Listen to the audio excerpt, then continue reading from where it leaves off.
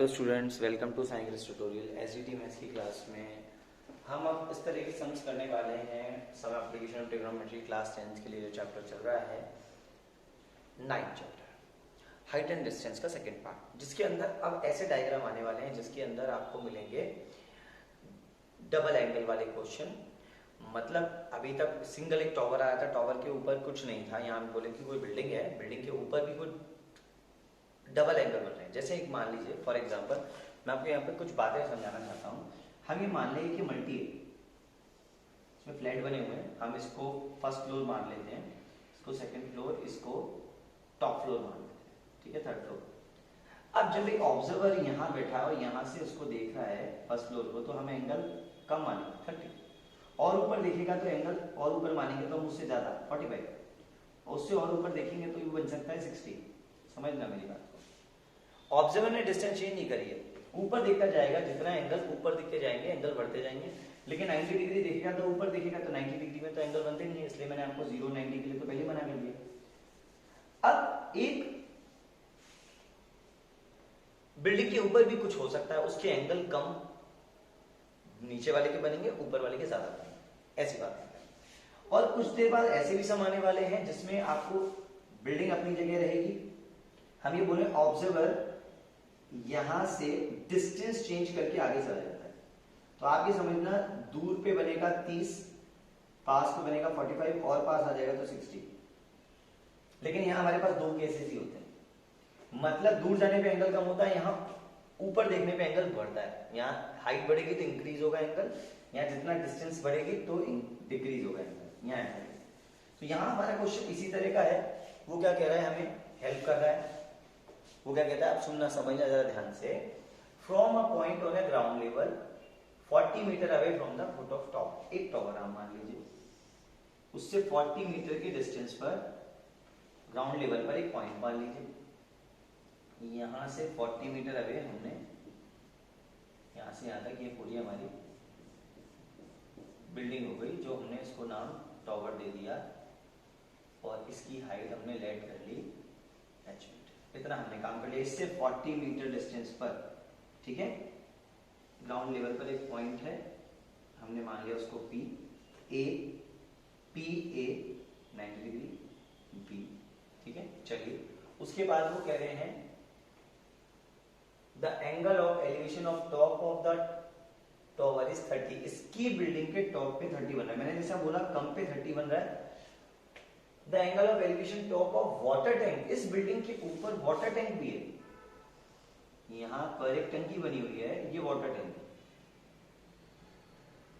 Water tank ऊपर कहां पर है वो, ऑन द टॉवर, टॉवर के ऊपर है। अब जो ये वाटर टैंक है, इस पे से जो एंगल बन रहा है वो बन रहा है 45, इस 45। अब ऊपर मैंने बोला था ना, ऊपर एंगल बढ़ेगा, और कुछ और होता तो एंगल और बढ़ जाता। तो ये जो एंगल बन के आ रहा है हमारा, ये 45 बन रहा है, ये एंगल 45 बन रहा है।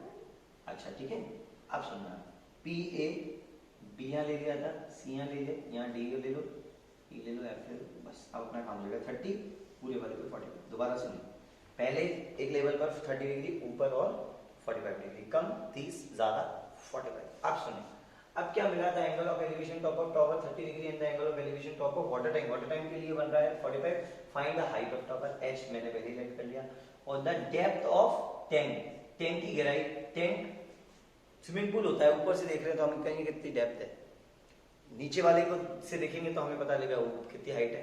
तो उन्होंने डेप्थ बोला, गहराई कितनी है, तो गहराई भी हम इसको लेट कर लेते हैं, वो x है। तो टोटल जो हाइट जाएगी हमारी h प्लस x हो जाएगी, और बारी बारी से निकालेंगे। इतना डिस्टेंस उन्होंने 40 दे रखा है, यहाँ से यहाँ तक 40। अब हम क्वेश्चन की शुरुआत करें। दो पार्ट है, दो एंगल है, दो ही वैल्यू लेट करिए, x और एक h और एक x। टॉवर को h और डेप्थ ऑफ टैंक को हमने x लेके चले हैं, और आराम से क्वेश्चन सॉल्व होता नजर आ रहा है। अब हमें दो दो पार्ट में चलना पड़ेगा। 2 बार ट्राइंगल में हमें ट्रिग्नोमेट्री लगानी पड़ेगी। एक बार लगानी पड़ेगी पी ए बी में, और एक बार लगानी है पी ए सी में। शुरुआत करते हैं, पहले में जो जो गिवन है वो लिख लेते हैं। हमें जो डिस्टेंस दिया हुआ है, पहले मैं लेट कर लेता हूं, let the height of tower, मैंने क्या ले लिया था, आपके सामने है h मीटर, ठीक है।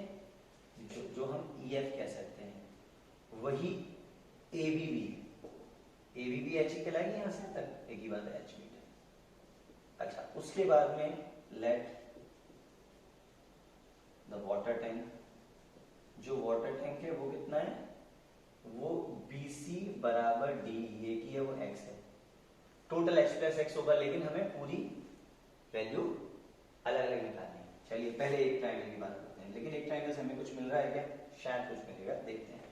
इन ट्रायंगल पहले मैं ले रहा हूँ PAB, गौर से देखना, एक ट्रायंगल इसकी बात करें PAB, मतलब इस वाले डायग्राम की 45 तो पूरे के लिए, 30 डिग्री वाले के लिए 30 डिग्री है इतना। PAB में हमने यूज ट्रिगो किया, तो हमने बोला 10 30 डिग्री। अब मैं आपसे कह रहा हूँ कि इन लाइनों का तो कोई काम नहीं है हाइपनस का, तो सिर्फ और सिर्फ आप 10 लगाया करो, तो आपका काम जल्दी हो जाएगा, ये मांगे नहीं है। तो 10 थीटा परपेंडिकुलर बेस आप सब जानते हैं, 10 थीटा कितना है पहले वाले में, ये जो एंगल है इस वाले ट्रायंगल में जो एंगल बन रहा है ना APB, वो 30 डिग्री है। बस आप लिख दिया करो कौन सा एंगल के लिए काम कर रहा है, परपेंडिकुलर AB और बेस है आपका AP। आगे देखेंगे AB को मैंने पहले भी ले लिया, AB कितना है H, AP को उन्होंने 40 गिवन दे दिया है, गिवन है AP वो है 40 मीटर, ये गिवन वाला मामला है, वो लेंथ वाला मामला। 1/√3 40/√3, ये हमारी H हो गई, ठीक है, ये H आ चुका है हमारे पास। तो हम इसका रेशुएशन चाहें तो कर सकते हैं, है ना। तो 40√3 √3/√3, इससे क्या मिला 40√3, 3, ये हमारा आंसर एक आ गया, ठीक है। ये तो इस वाले ट्रायंगल की बात हो रही है। अब नाउ दूसरा ट्रायंगल की बात करते हैं हम, ठीक है। दूसरा ट्रायंगल कहता है नाउ इन ट्रायंगल, जो बड़ा वाला ट्रायंगल है PAC तक जाएंगे, PAC में जिसमें आप एंगल भी देखेंगे APC का जो है वो हमारा 60 डिग्री है, उसमें फुल लेंगे तो हम लगेंगे 10 थीटा परपेंडिकुलर बाई बेस। अब की बात जो परपेंडिकुलर वो AC तक है, PAC में तो AC आएगा, बेस वही है AP, AC को हम कह देंगे पूरा H प्लस X, AP है हमारा 40, 10 अब की बात थीटा की जगह 45 हो जाएगा, H प्लस X अपॉन 40। अब आप 10 45 पर रखेंगे 1, H प्लस X अपॉन जो ये 40 था ना, ये यहाँ जाएगा, तो टोटल हो जाएगा 40 और H प्लस X। अब X निकालने के लिए हमें H की वैल्यू जो हमने फाइंड करी थी यहाँ पर, ये जो H है हमारा, इसको यहाँ रखना पड़ेगा। तो ये वाली जो फॉर्म बने ना, अब 2 बार काम करना पड़ता है ना, क्वेश्चन हो गए बड़े, एक बार एक ट्रायंगल के लिए 30 डिग्री के लिए, पूरे के लिए 2 पार्ट में काम करना पड़ा। क्वेश्चन जो है हमारे बड़े होते जा रहे हैं। अब हमने देखा H की जो वाली वैल्यू है हम रख रहे हैं यहाँ पे, H की जो हमारी पूरी वैल्यू 40√3 अपॉन √3 को हमने रख दिया, इसको हम इधर ले जाएंगे, तो देखिए इससे क्या मिला हमें, वैल्यू क्या है 40√3 अपॉन 3 है, ठीक है। अब इधर ले आएंगे, देखें कितना आंसर आ रहा है। फुल आपको कैलकुलेशन नहीं दिख रही है तो मैं आपको डायग्राम अच्छे से दिखा देता हूँ, अब दिख रहा होगा आपको सब कुछ, ठीक है। क्वेश्चन भी दिख रहा है आपको, क्वेश्चन समझ में आ गया। एक टॉवर के लिए 30 डिग्री, फिर 45 डिग्री, ठीक है। आगे जो आप कैल वैल्यू रखते हैं, अब आप क्या करें, आगे इस 40 प्लस ये H प्लस X का X की वैल्यू हमने रख दी वहाँ से, अब आप उधर ले जाते हैं 40 minus 40√3 upon 3 equals to X आने वाला है, एलसीएम लेंगे 3 ऊपर जाएगा तो 120 माइनस 40√3। अब आप देखना 40 कॉमन आ रहा है, 40 ले लो कॉमन तो अंदर बचेगा हमारा, हमें क्या 120 दिखाना है ना, 140 आप कॉमन ले, 40 कॉमन आ रहा है, 40 3 कॉमन आ जाएगा, ये 40 चला गया पूरा, ये बच जाएगा हमारा X। चाहें तो हम √3 की वैल्यू पुट अप कर सकते हैं, गिवन दी हो तो, नहीं तो आप रूट में भी आंसर छोड़ सकते हैं। इस तरह से आपको X की वैल्यू हो जाएगी 40, 3 माइनस √3 अपॉन 3, रेशुएशन करना नहीं पड़ेगा, √3 की वैल्यू रखोगे तो फिर कैलकुलेशन पॉइंट में आएगी। तो इस तरह से ये जो डबल वाले क्वेश्चन होते हैं, इसमें डबल एंगल होते हैं, तो वो आपको बहुत कुछ सिखा के जाएंगे, जिससे आप आज की लिस्ट में जो मैं आपको दे रहा हूँ उसमें आपको आराम से आप 12 करेंगे, ठीक है, डबल में। और फिर आप एक नया नंबर जो मैं आपको दे रहा हूँ नोट्स में है, नोट्स जिनके पास हैं उनको तो पता ही है, जो कि लिस्ट में देंगे, एक 17 भी आप आराम से इसी तरह का कर सकते हैं। आपको करना है आज में 11, मैं आपको दिखा देता हूँ 11, तो ये है ही 11, तो ये है ही, देखें ये नोट्स हैं आपके सामने। 11 तो ये है ही, 12 आपको करना है, आप 13 आराम से कर सकते हैं, और एक आप 17 कर सकते हैं। ठीक है, डबल वाले डायग्राम। और जब लिस्ट आपके आगे देखेंगे तो आप ये देखो, ये 2020 में 4 मार्क्स में आया है, ये भी डबल डायग्राम वाला है, इसमें 45-60 बन रहा है ना।